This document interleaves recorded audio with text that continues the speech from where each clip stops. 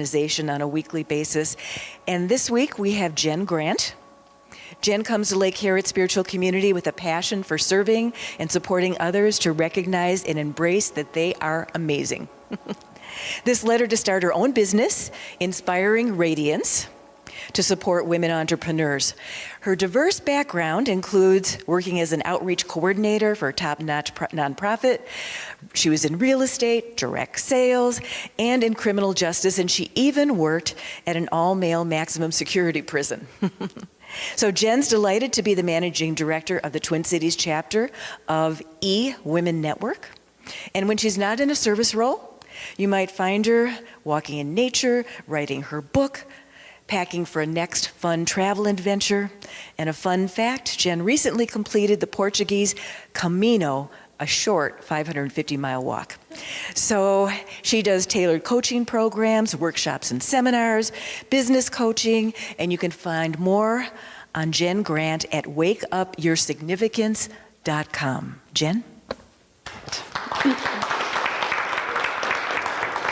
Thank you, Tina. Thank you. Good morning.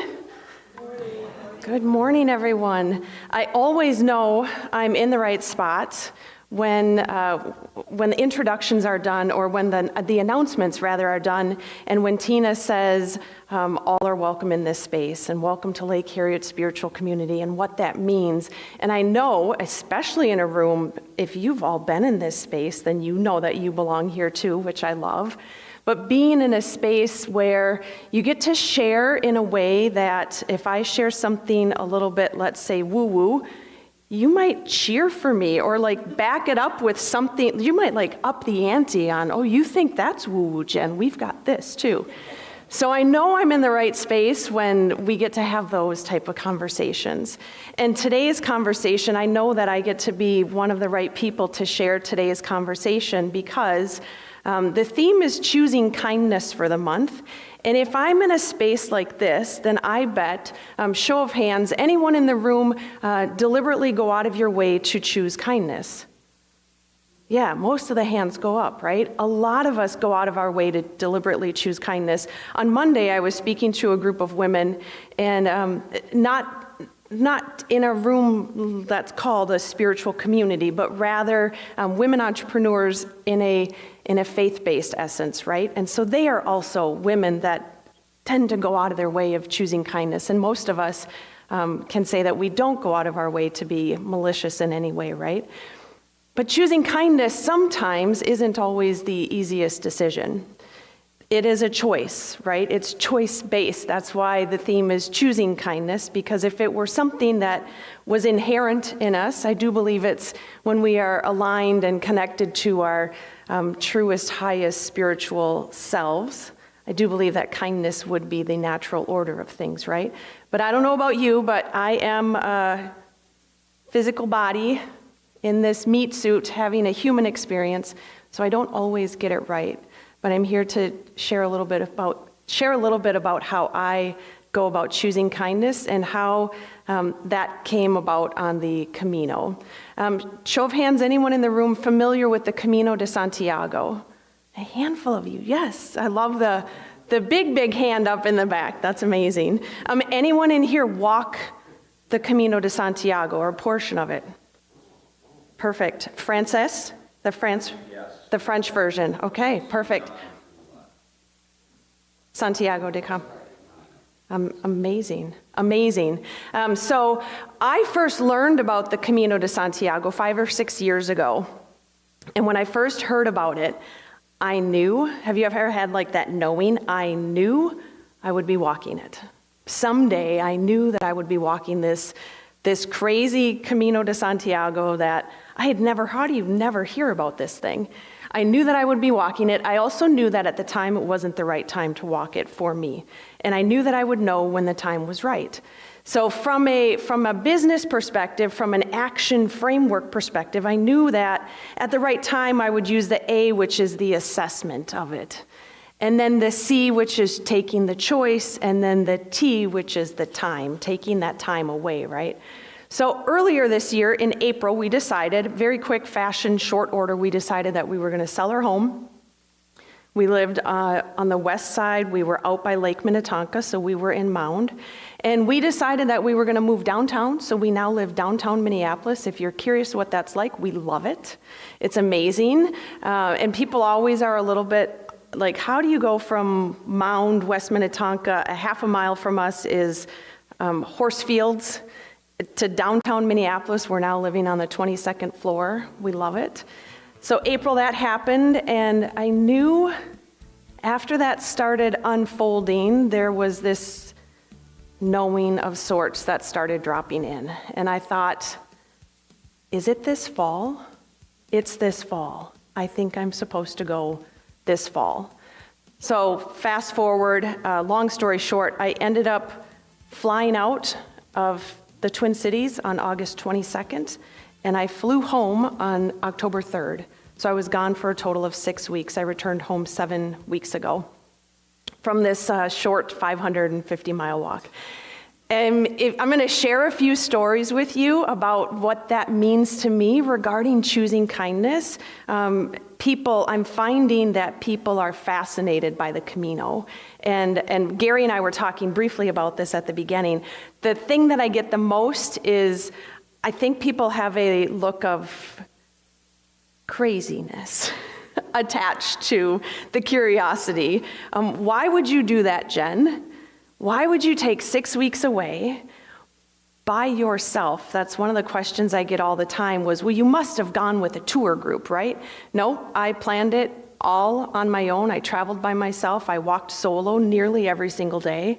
If you're on the Camino, depending on the parts of the Camino, you might have other pilgrims. They call us pilgrims. You might have other pilgrims walking with you. But I was a solo traveler, a solo pilgrim on a very personal and an intentional journey, something that I chose because I knew, ever have a time in your life when you sign up for something specifically knowing it's going to stretch you? Anyone ever done that? We sign up on purpose, like, I know I'm going to get stretched from this. Dang it, what was I thinking? As I was training for my walk, so I would like you to meet my backpack. People always want to see this too. They're always super curious about the backpack. Yes, I carried everything in my backpack.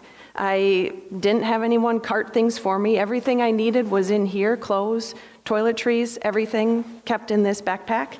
And then the shell is did you have a shell too? On your walk? Yeah. So the shell is a symbol that you're a pilgrim, and the shell dates back. So the Camino started around the 9th century.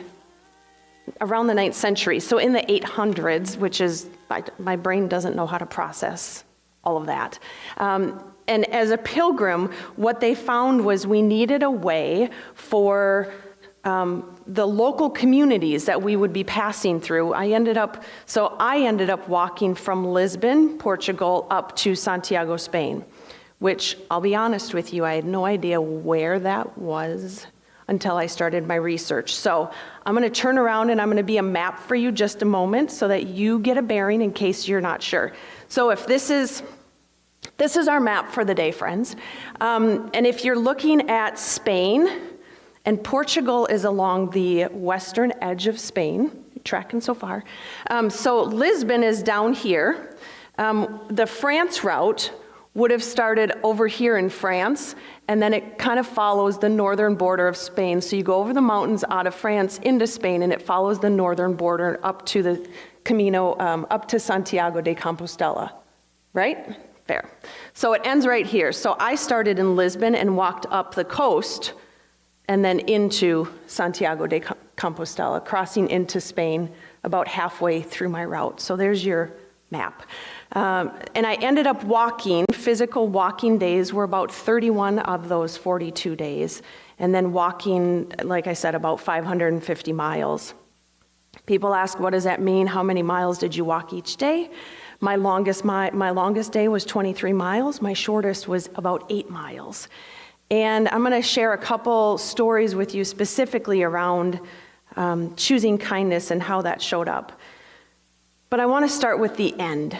I want to start with the end of the Camino and what that really meant for me. So a day before, there's all this anticipation, right? There's so much anticipation getting to the end and finishing this, because I've now given this, I've trained, I strapped this thing on my back. Maybe if you saw some random with this on her back over the summer months prior to the end of August, it was probably me. I put a couple 100 miles on this thing before I even left the state, getting your feet prepped and ready to go. And people would stop me and ask me, back to that crazy thing, like, why are you doing this? You must be going with a tour group, right? No, just knowing that I'm going to do something and it's going to stretch me further than I've ever stretched before. And it was the best thing I've ever done in my life, other than having my daughter. That might be number one, right? So, starting with the end in mind, a day before I was planning to arrive, I had my schedule all laid out. I knew how much I was walking, when and where. I figured that made sense as a solo female traveler, that I probably should have a plan and an idea so that my darling husband, bless his heart, what does it take for, and I will never understand this because I'm not a husband, right? What does it take for a husband to bring his wife to the airport and say, I love you, have an amazing trip, I'll see you in 6 weeks?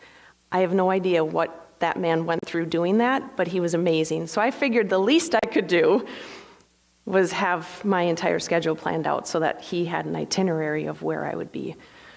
So a day before I am set to arrive in Santiago, after having walked all of these days, nearly 40 days of being away, I had a good friend reach out and she's like, Jen, here's what I want to know. I want to know 3 feeling words that you have the moment you get to Santiago. That's what I want. And I want you to come on and do a live and tell us about those words. What are they? I want to really know that. So as I set out that day before, it would have been September 29th, I had an idea. Like, that question came in that morning, again the day before, and as I'm walking that day, I thought about what those words are going to be. I was like, oh, I have a plan. I'm going to feel this. And I'm going to feel this, and I'm going to feel this. Like, that's it. And in my brain, so ridiculous. In my brain, I'm like, those are really great words.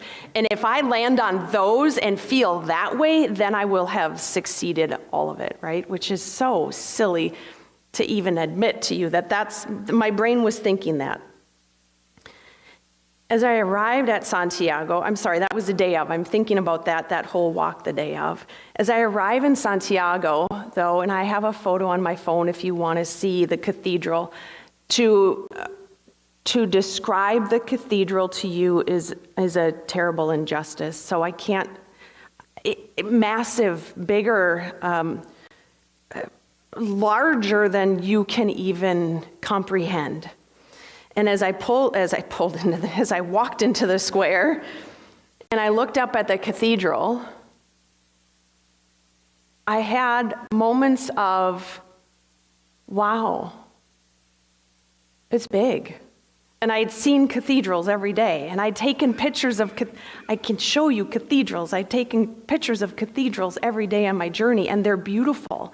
And they're so old. Friends, I was in one city, I think it was Coimbra, and I was in Coimbra, however you pronounce it, and I went to their old cathedral first, and their old cathedral was built in the 1100s.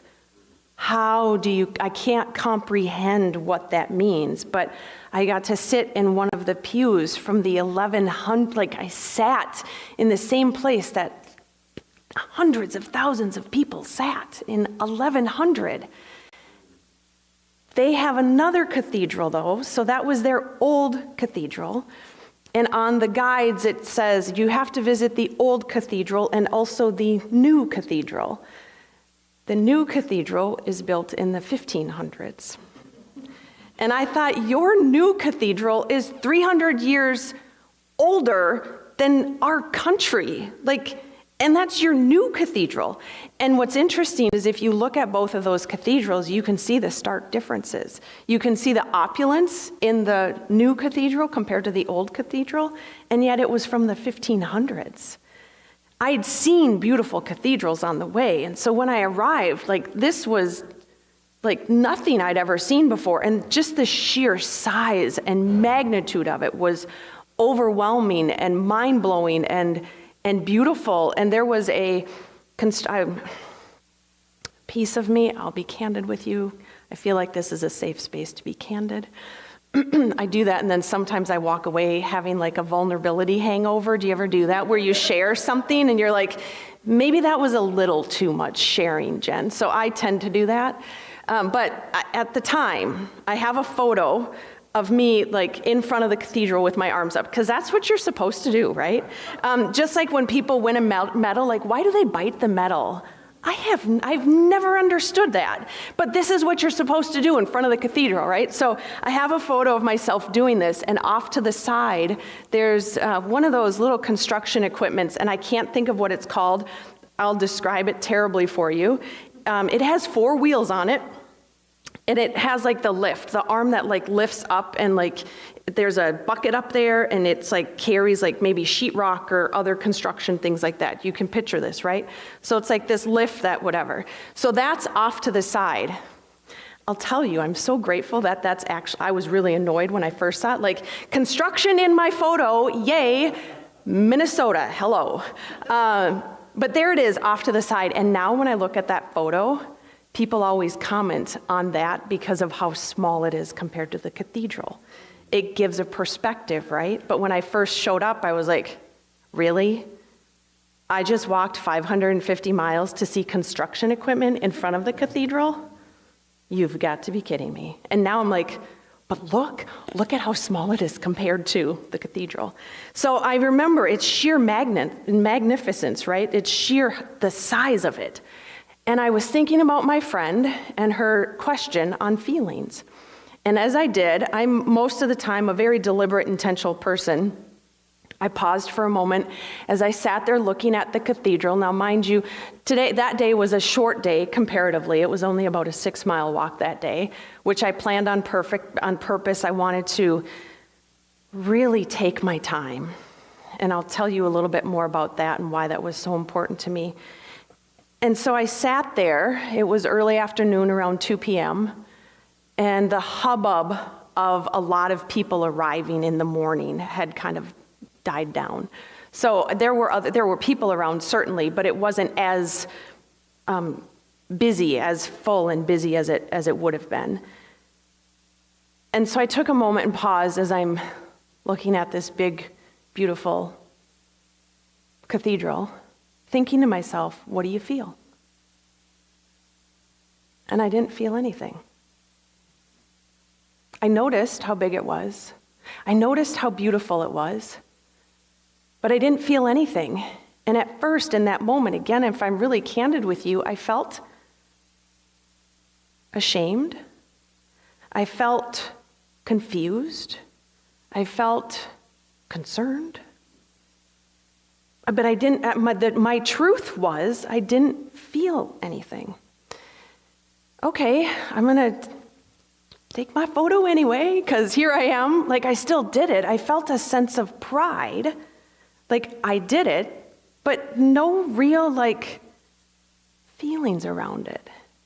And it wasn't until later that evening that I really was able to unpack it and realized why.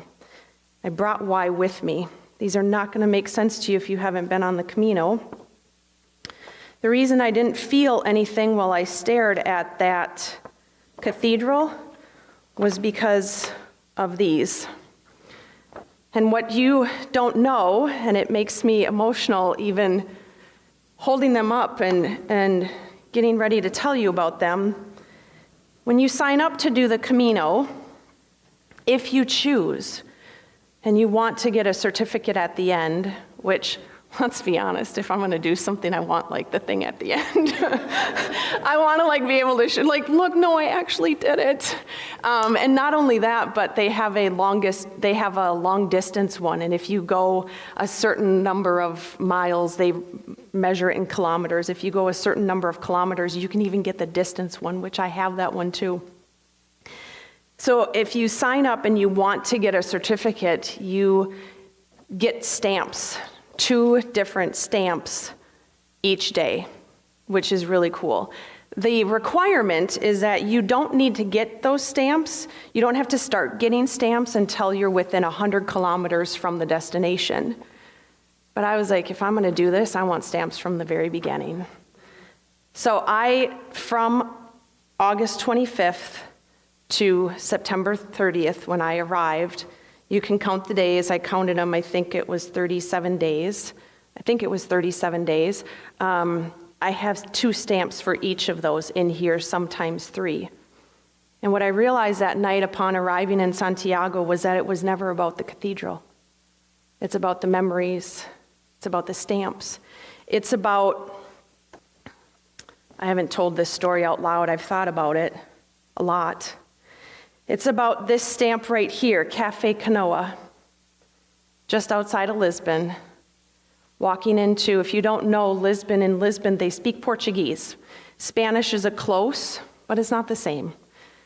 And outside of Lisbon, a lot of them hadn't heard about the Camino de Santiago. They had no idea.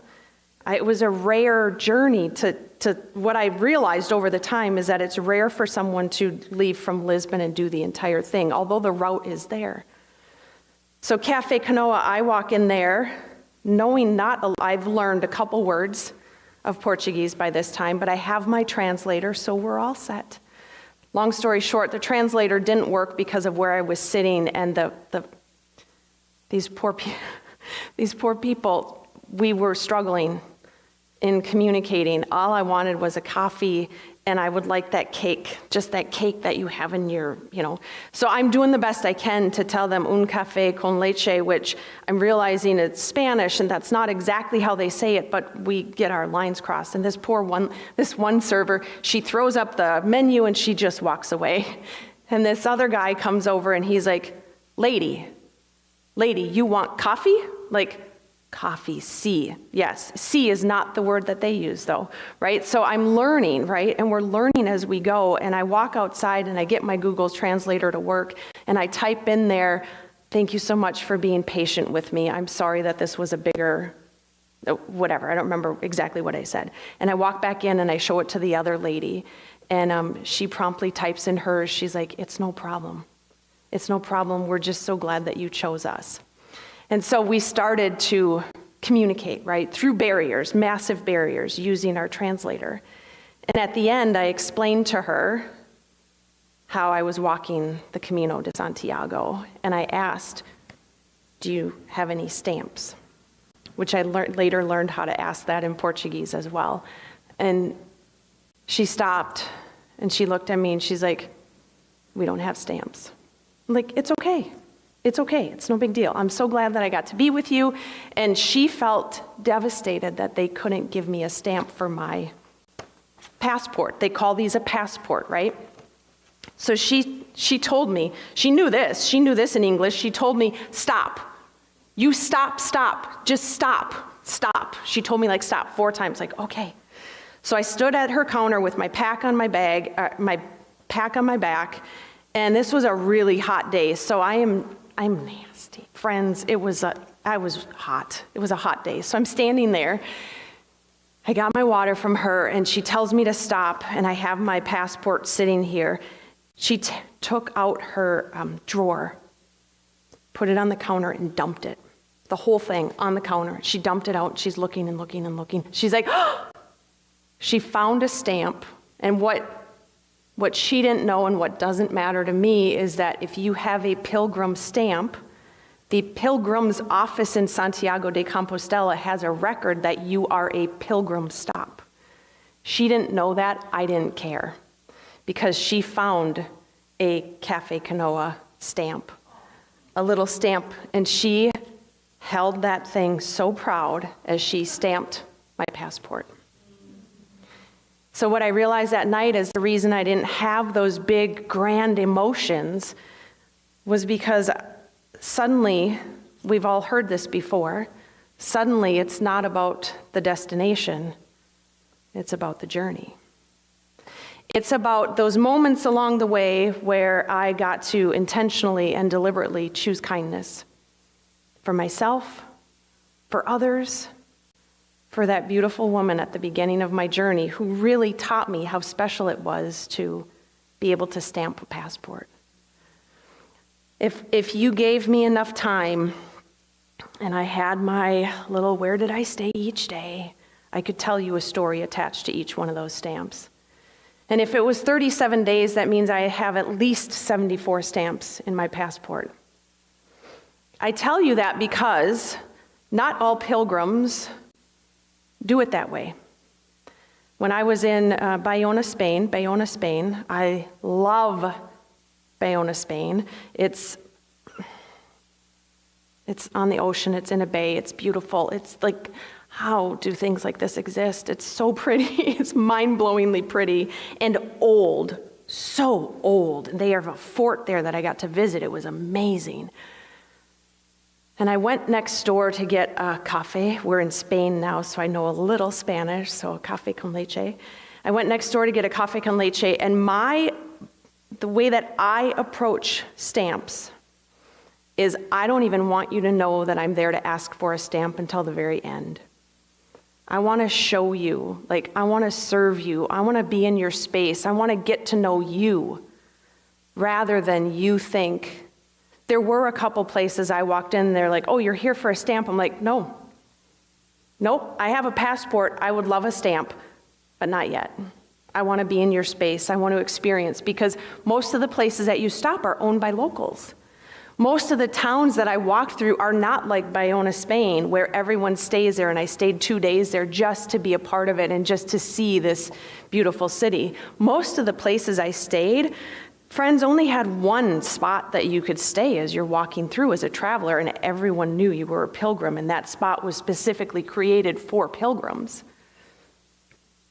There were a lot of places I went where they had no idea, like that first one in Lisbon, they had no idea what a pilgrim was, but they have a stamp because that's what they were supposed to do. And so this one time I walk in Bayona, Spain to get my coffee with a little bit of milk and my breakfast, and she doesn't know I'm a pilgrim because now it's my second day in Bayona and I actually have real clothes, but I only had one set of real clothes with me because, again, backpack.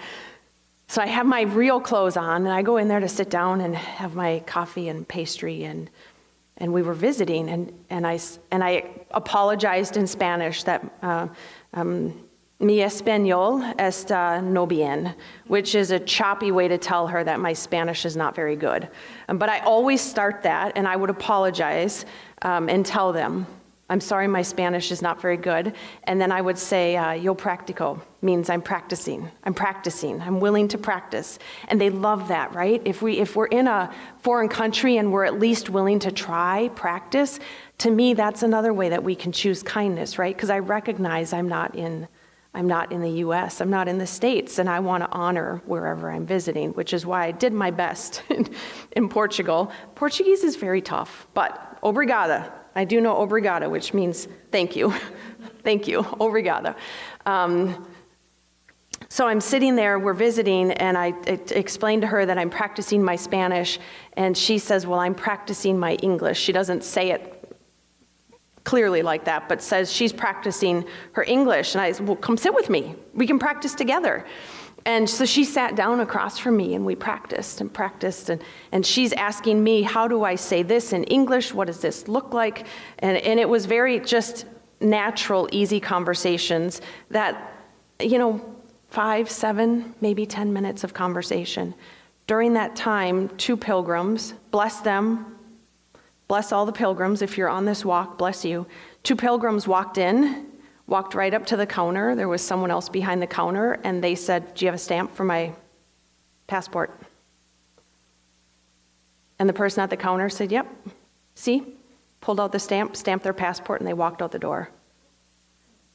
And that wasn't the first time I'd seen that, but your response tells me that you get how I felt every time I saw that happen, because I thought, you're not seeing these people. You're missing the point of this is a pilgrimage, this is a route, and also it's a chance for us to connect and see the culture and the people that are bringing this space to life, right? It was not until the very end when I walked up to my friend Maria, was her name, Maria. And I walked up to her and I said, passport? Seos de Compostela? And she said, sí.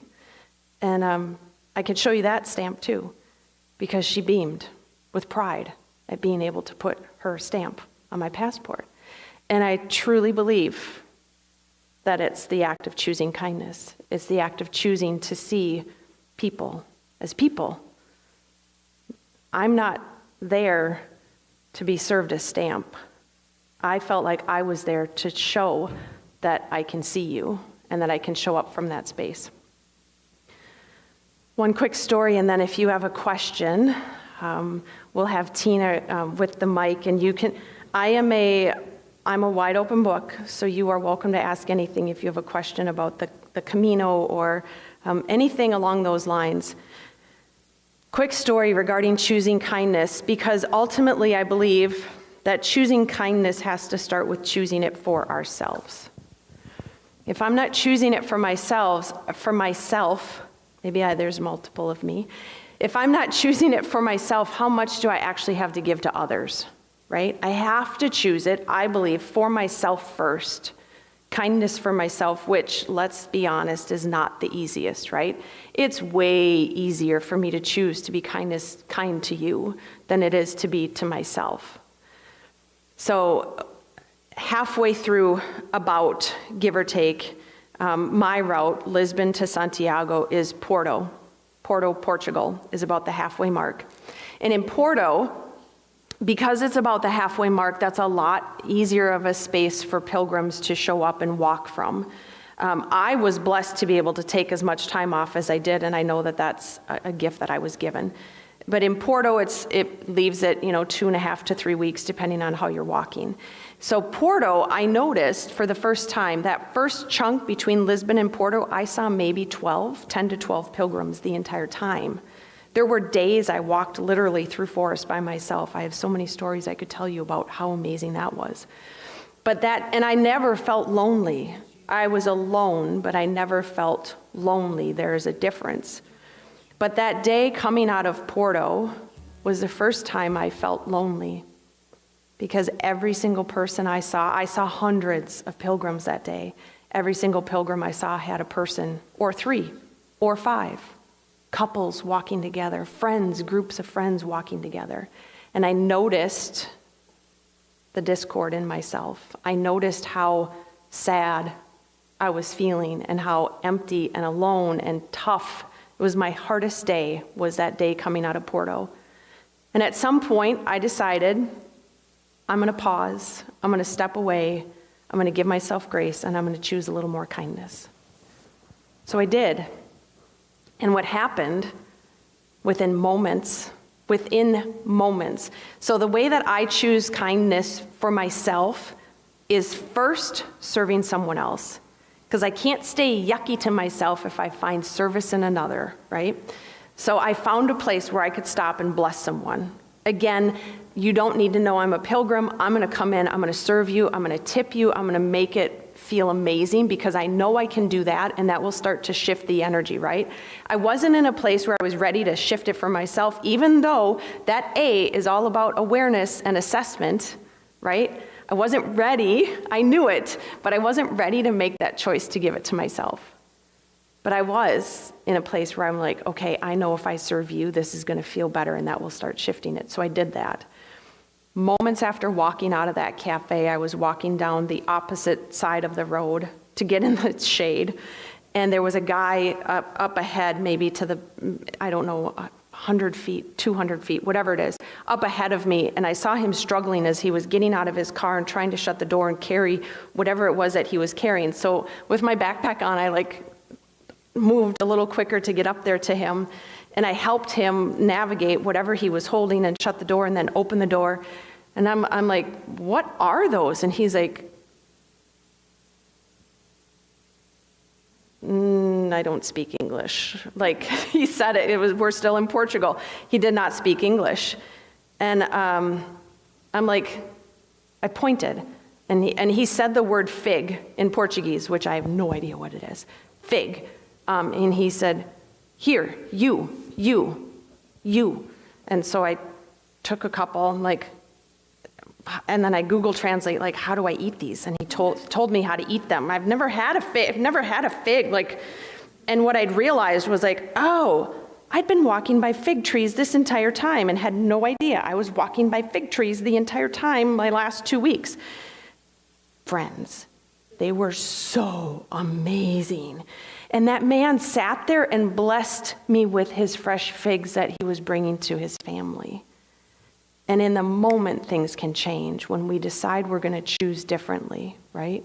And the rest of that day, blessing after blessing after blessing. My meal was paid for that evening by someone in the restaurant with me who noticed that I was just interacting friendly with some other people and they wanted to bless me. It's incredible what happens when we make some of these choices.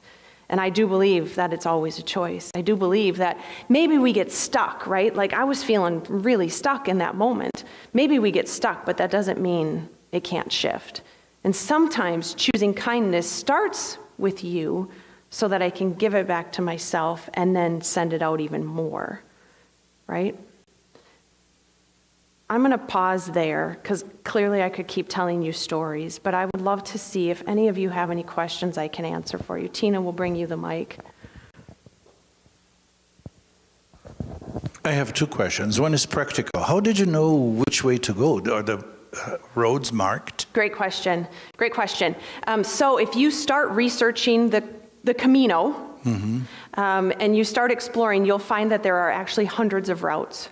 Lots of different routes from all over, because the idea of Santiago de Compostela is where it's said that the body of the Apostle St. James is buried. And so for years, hundreds and hundreds of years, pilgrims would come all over to be in Santiago, specifically to visit where St. James the Apostle was buried. So you can find routes all over. The most popular route is the Camino Frances. I have nothing against that route. Please don't take it that way. It's not necessarily the most traditional. I chose the Portuguese route because it includes a portion where St. James' body was taken at the very end and up through the river and following that path. So it's marked and there are yellow arrows. I watched so many yellow arrows and people would ask me, so you can find it on your map. There are guidebooks, and I did my best not to open a map. On most days, I didn't open a map because I was wanting to be so present and find the next arrow. So there are yellow arrows that are always pointing the way. The second question is spiritual. Were you ever afraid of being attacked by a dog or a bad person or whatever? Great question. So no, not at all. And I believe I have Wayne Dyer to thank for this. Years ago, when I was really leaning into my own spiritual journey, I remember hearing Wayne Dyer talk about how he didn't believe in a world, he just didn't put his energy into that. And I decided I'm not going to put my energy into that. I'm going to choose that I'm going to be safe. I'm going to choose that I'm going to show up in the right way. I'm going to choose that I'm going to be taken care of. And I tend to lead my life that way. My husband will tell you flat out, he's not here, otherwise he would raise his hand and say she is right. It tends to, some people will say that's naive, right? And he will say that maybe you're a little naive, honey, because things could happen. And I will say, I'm just going to choose to believe in the blessing and that people are here for the good. And when I lean in first and bless people first, I believe that that drops guards as well. Does that mean I'm safe from everything? Maybe not, but I choose to believe that I am. And I second you because I was taking a trip to Egypt and somebody said, oh, it's terrible, whatever. So I took a trip to Egypt. It was wonderful. Yeah. And this person took a trip to Egypt and it was a disaster. Right. So what he's saying, if you're watching on I want to make sure that I reiterate this so that they can hear it. What he was saying is that he agrees because taking a trip to Egypt you thought was wonderful because you went into it with that experience, right? Someone else goes into it with a different experience, being afraid. My dad was petrified. of me going. He was very, very scared. And I made sure that I sent him photos and kept, told him where I am. Dad, here's where I am. Lindsay knows where I'm going to be. That's my husband. So he was someone who I felt like it was important for me to assure him that I was safe, but there was not one single time where I felt unsafe. In fact, and I know that this is part of the conditioning, right? In fact, there are days where I feel like I would take a walk through that by myself again. I went many, many miles by myself and never felt unsafe. There have been days where I've walked in my own state where I felt unsafe. It's interesting, just the conditioning around different things. Question? Up here? Thanks, Tina. I'm curious about walking alone versus walking with people. I don't know if you walked sometimes with people, and the choice you made to walk alone versus with people, and how you feel one might have been better for you than the other. Yeah, great question. Most people choose to walk with people. I deliberately chose most of my days to not walk with people. And at one point, after Porto, and then again as we got closer from that 100-kilometer out, then it really, they have busloads, and they bring busloads of people in because people want to get their certificate, right? So then it gets really, really busy. At that point, what I realized was, I'm a spiritual person, and also I'm still human. So vulnerably, I will tell you, candidly, I will tell you that first day after that 100K mark, I was like so many people, you're in my way and you're talking, it's so busy, and I've been walking all of these days. Don't you know I've been walking all of these days, and then you show up and you're just you're ruining my Zen, right? Which, how Zen is that? And I realized very quickly in that first day that if I want the experience that I had previously had, then I'm going to go later, or I'm going to shift it inside and go, what can I take from this part of the journey? So there were days near the end where I was really intentional to walk later on purpose because I knew I was getting closer. And for me, I know that when I'm on a walk, so I don't listen to music, I don't listen to podcasts, I don't listen to things. The only thing I listened to when I was walking, I have 3 days of my 31 walking days where I actually listened to things, and those were mantras. I listened to chanting music, mantras, just to put myself in my own space. Or a really hard day, I had a 14-mile uphill day, and so I put in the headphones and listened to chants to keep me in that space. I know for me, when I go on walks, that's when the downloads come in, that's when I'm talked to, that's when I'm connected to my higher self. So intentionally I went into it knowing that that was my primary experience. And also knowing if I'm going into it with this, and there's going to be a human that comes and crosses my paths, it's probably someone I need to meet, and probably someone I need to be in connection with. And so there were a handful of those beautiful moments. And those handful of people are really special, and we still connect now, even though we're scattered all across. But it was a really deliberate and personal decision. What I also learned, you didn't ask this, but it kind of leans into it. What I also learned is that there are a lot of people doing the Camino for sport. They do it specifically because it's well mapped. It's well routed, to go to your point, it's well routed. There are places all along the way. You know that you're gonna always have food and water and places to stop, right? So it was a sport experience, which at first I was like, this is a spiritual journey. Don't you know you're going to Santiago to see St. James the Apostle? And you're here for sport, and there was a lot of pretentiousness that I started my journey with. And I knew walking alone would help undo a lot of that and see it from other perspectives. Yeah.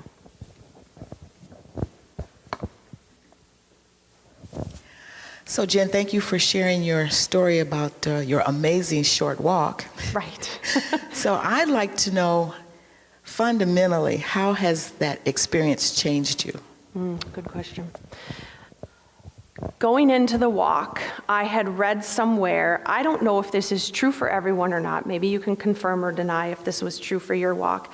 I had read going into it that the Camino will give you 3 things. It will give you a lesson that you really need to learn. It will help you release something that you really need to release. And it will help you remember something that you need to remember. And so I went into it with that expectation that I'm going to gain these 3 things from it. And I believe, whether that happens for everyone or not, I believe that if I walk into it with that intention, then I'm going to get those things, right? Early on, I thought early on that I knew what that first one was, which was walk your way, follow your path, continue to follow your path. Because when I follow my path, I hear the messages that I'm meant to hear. And there were times, back to your point, there were times when I felt like I should want to walk with other people. But on the inside, I was like, it's not that I don't love you. I just want this for myself. And so that was a fundamental, and that one came again and again and again. Ella, I could tell you story after story how that one showed up. And then the second one, what can you finally release? One of the things that really came up for me was releasing the shame and the guilt about feeling not good enough. That has been my core wound my entire life. And you gotta let that go. I knew I had to let that go, and it's a practice. I will admit that that is a practice for me. And then the third one, what will you remember? And it's amazing and beautiful and perfect how it all ties together. What will you remember? The remembering is when watch how perfect this is, when I choose to walk my way without shame and guilt, I shine the brightest light. So fundamentally, that's what the walk meant for me. And I could stretch it for you, but we'll wrap up our time. But that's fundamentally what it did for me. And trusting that the most important thing I can do is walk my way. And often that's going to look different than someone else. And that's perfect. Instead of feeling like I have to fit in and figure out how to walk with other people, how to walk the way they walked, or how to walk that path that everyone was so excited to walk, walking my way without shame and guilt will allow me to shine the brightest. Yeah, thank you. We'll wrap up our time. I will be here if you have more questions or comments, and if you want information about the ACT framework I mentioned, let me know. I would be happy to send you that. But thank you so much for joining me and allowing me to share a little bit more about the Camino and how to choose kindness in times of adversity, let's say, but also in times when it's really good. I think we have an opportunity in both ways to continue choosing kindness. Thank you, friends.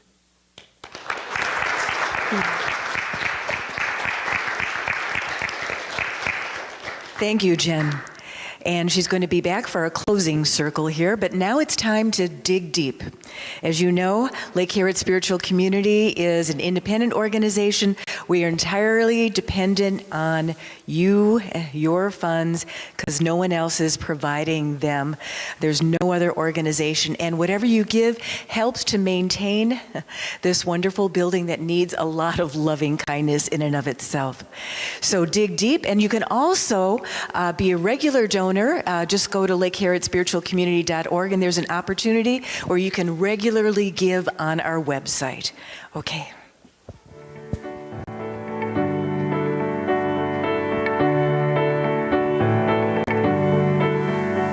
You got all that emotion that's heaving like an ocean, and you're drowning in a deep, dark well. I can hear it in your voice that if you only had a choice, you would rather be anyone else. I love you just the way that you are. I love the way you made your precious heart. Be kind to yourself. Be kind to yourself. I know it's hard to hear it when that anger in your spirit is pointed like an arrow at your chest. When the voices in your mind are anything but kind, and you can't believe your Father knows best. I love you just the way that you are. I love the way he's shaping your heart. Be kind to yourself. Be kind to yourself. Well, how does it end when the war that you're in is just you against you against you? You gotta learn to love, learn to love, learn to love your enemies too.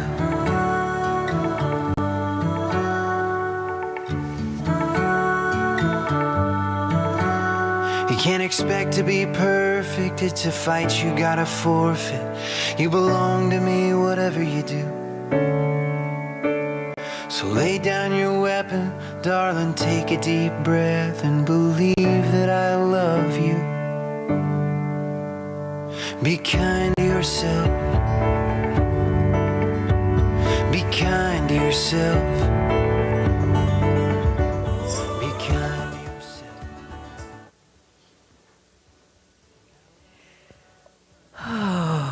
So if you will join me in our ritual of blessing all of this green. If you'll repeat after me, God's perfect love, flowing through me, blesses and multiplies all that I give, all that I receive, and all that I am. Aho. Okay, let's circle up.